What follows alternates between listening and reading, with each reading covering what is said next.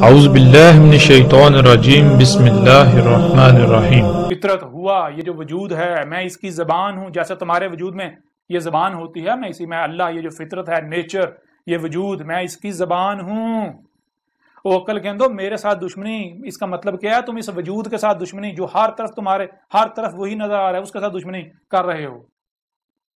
اس کے ساتھ دشمنی کر کے کہاں جاؤ گے؟ کدھر بھاگو گے؟ تم جو منصوبہ بندیاں کرو گے وہ تمہاری منصوبہ بندیاں نہیں ہیں۔ اگر تم میرے خلاف کوئی منصوبہ بندیاں کرتے ہو تو اللہ کی قسم وہ میرے خلاف، وہ تمہاری منصوبہ بندیاں نہیں ہیں، تم میرے رب اللہ کی منصوبہ بندیاں کا شکار ہو، اور تم اللہ کی منصوبہ بندی کا شکار ہو چکے ہو، مارے جاؤ گے، نہیں بچو گے۔ جب انجام تمہارے سامنے آئے گا پھر فرعون کی طرح پچھتاؤ گے، اس وقت پچھتاوے کا کوئی فائدہ نہیں ہوگا۔ اگر حق پر ہو تو آؤ، حق اپنے آپ کو حق پر ثابت کرو۔ آج تک تمہارا پالا کذابوں سے پڑتا رہا، اس وجہ سے تمہارے جو ہیں وہ تم بہت پھولے نہیں سما رہے۔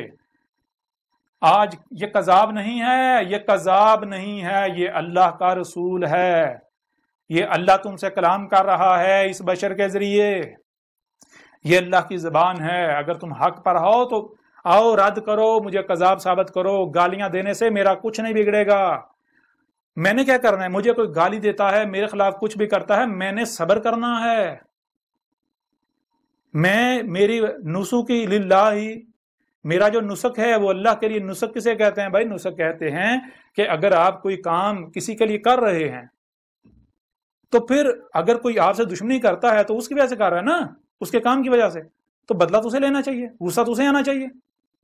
تو میں تو اللہ کا کام کر رہا ہوں، اگر تم میرے ساتھ دشمنی کر رہے ہو، دشمنی تو اللہ کے ساتھ کر رہے ہو۔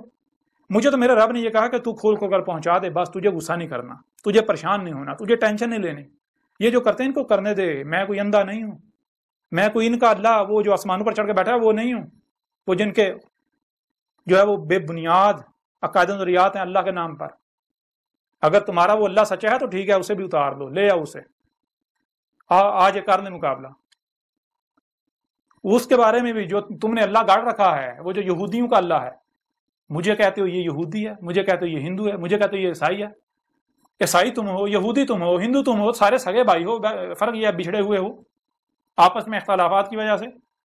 تمہارا بھی اللہ اوپر چڑھ کے بیٹھا ہوا ہے، یہودیوں کا بھی، عیسائیوں کا بھی، تو تم میرے میں فرق کیا ہے؟ آگے چل کے سب کچھ واضح کریں گے کہ جتنے بھی مذاہب ہیں، یہ جو آج کا جو اسلام ہے آج کا، یہود کو مسلمان کا، سارے مذاہب کے ماننے والے سگے بھائی ہیں، محض بچھڑے ہوئے ہیں، اختلافات ہیں ان میں۔